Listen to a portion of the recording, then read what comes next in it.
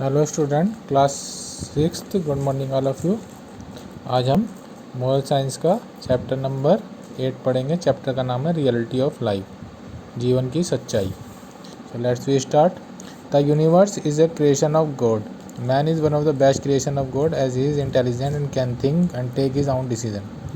जो ये ब्रह्मांड है वो भगवान का बनाया हुआ है, यानी कि इस ब्रह्मांड में जितनी भी चीज़ें हैं, जितने भी जीव जंतु हैं, सब भगवान के द्वारा निर्मित हैं। Man is one of the best creation of God. लेकिन जो इंसान है वो भगवान की बनाई हुई सबसे अच्छी कृति है, सबसे अच्छी क्रिएशन है, क्योंकि इंसान के पास ही सोचने समझने की शक्ति है। वो बुद्धिमानी से कोई भी चीज़ उसका अच्छा बुरा सोच सकता है and take his own decision, और अपने डिसीजन खुद ले सकता है। Man is ambitious. जो इंसान है वो एम्बिशियस होता है, उसमें कुछ करने की इच्छा होती है। An ambitious man works hard to achieve a definite goal. और जो एम्बिशियस मैन है, जो इंसान जिसमें इच्छा शक्ति है, जिसमें कुछ कर गुजरने की इच्छा रहती है, वो अपने जीवन में कड़ी मेहनत से कुछ भी हासिल कर सकता है। अपने जो भी गोल हैं, जो भी उसको अपने जीवन में प्राप्त करना है, वो अपनी कड़ी मेहनत करके वो उसको प्राप्त कर सकता है। Our parent and teacher are a source of inspiration. जो हमारे माता पिता और हमारे टीचर्स हैं, गुरुजन हैं, वो हमारे सोर्स ऑफ इंस्पिरेशन है, यानी कि उनसे हमें इंस्पायर होते हैं, उनसे हम कुछ कर गुजरने के लिए प्रेरित रहते हैं।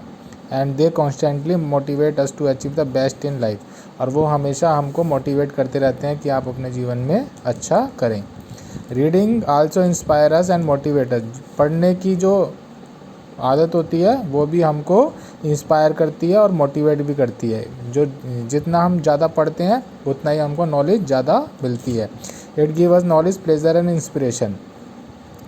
जो रीडिंग है, यानी कि पढ़ने की जो आदत है, उससे हमें नॉलेज भी मिलती है, प्लेजर आत्मसंतुष्टि मिलती है और इंस्पिरेशन भी मिलती है। A man who does not read, जो व्यक्ति पढ़ता नहीं है, लैक्स नॉलेज, उसकी बुद्धि उसमें ज्ञान भी कम होता है एंड इंस्पिरेशन भी उसके पास कम रहती है। तो जितनी भी अच्छी किताबें हम पढ़ेंगे जीवन में, उतना ही हमको ज्ञान ज़्यादा मिलेगा, और जितना ज़्यादा ज्ञान मिलेगा उतना ही हम कुछ अच्छा करने के लिए प्रेरित होंगे, यानी कि हमें उससे प्रेरणा मिलेगी। Good book help us gain noble thought. अच्छी किताबें अच्छे विचार भी लाती हैं। Our life can be compare to a long journey. हमारी जो जीवन है वो एक बहुत लंबी जर्नी है, एक बहुत लंबी यात्रा है। Our life is a like a chariot. Chariot होता है रथ। हमारे जो लाइफ है वो एक रथ की तरह है, जिसमें 4 पहिए हैं। जो 4 पहिए कौन कौन से? एम्बिशन मतलब हमें क्या क्या जीवन में प्राप्त करना है, जो हमारा एम्बिशन होता है, गोल होता है। रेस्पॉन्सिबिलिटी, जिम्मेदारी। क्यूरियोसिटी, कोई भी चीज़ जानने की इच्छा। एंड एबिलिटी, वो कार्य करने की हमें वो क्षमता होनी चाहिए। तो ये चारों मिलके हमारा एक अच्छा जीवन हमारा बनता है। If maintain properly these 4 wheels carry us to our destination. अगर हमें चारों चीज़ों को, चारों जो पहिए हैं उनको बराबर संभाल के चलेंगे तो हम अपने डेस्टिनेशन यानी कि अपनी मंजिल तक ज़रूर पहुँचेंगे। We all work and it is our basic necessity. हमें सबको काम करना है और यही हमारी बेसिक नेसेसिटी है, यानी कि यही हमारा जीवन में जो व्यक्ति जो कार्य करता है वही अपनी सारी चीज़ें प्राप्त, जो भी उसकी बेसिक चीज़ें हैं, वो ज़रूरत की चीज़ें जीवन जीने के लिए उसको प्राप्त करता है।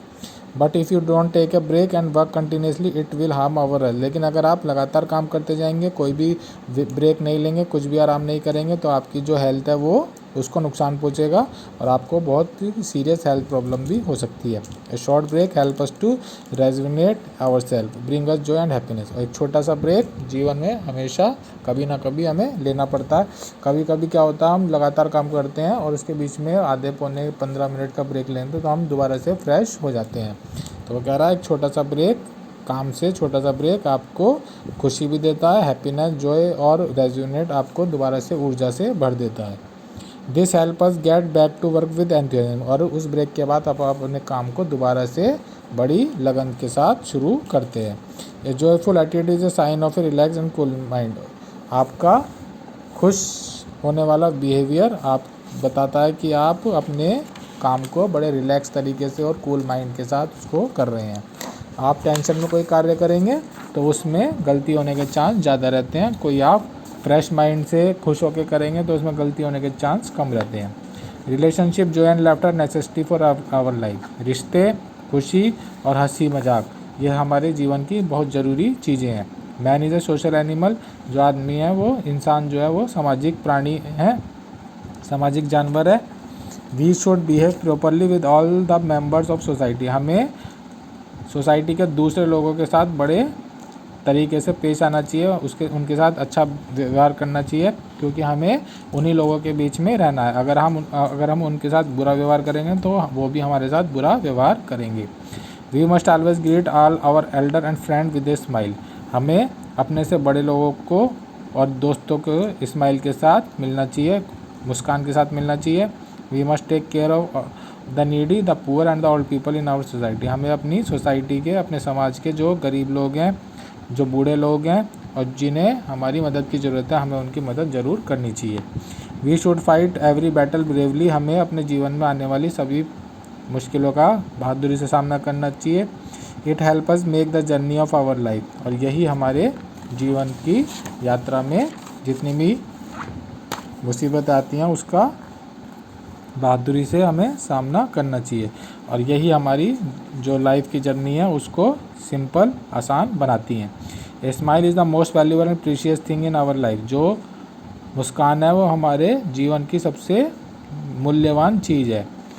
We can make other feels comfortable by, हम सामने वाले को, जो हमारे सामने है उसको अपनी मुस्कान के साथ कंफर्ट फील करा सकते हैं। अगर हम उसके साथ गुस्से में उसके साथ बात करेंगे तो वो बड़ा ही असहज महसूस करेगा, लेकिन अगर हम उससे आज मुस्कान हंसते हुए बात करेंगे तो सामने वाला हमारे साथ बहुत जल्दी फ्रेंडली बिहेवियर में आ जाएगा, यानी कि वो कंफर्ट फील करने लगेगा। Our life is always full of struggle and we have to work hard according to our ability. हमारी जो लाइफ है वो स्ट्रगल से भरी हुई है और हमें उसके अकॉर्डिंग, अपनी क्षमताओं के अकॉर्डिंग हमें हार्ड वर्क करना चाहिए।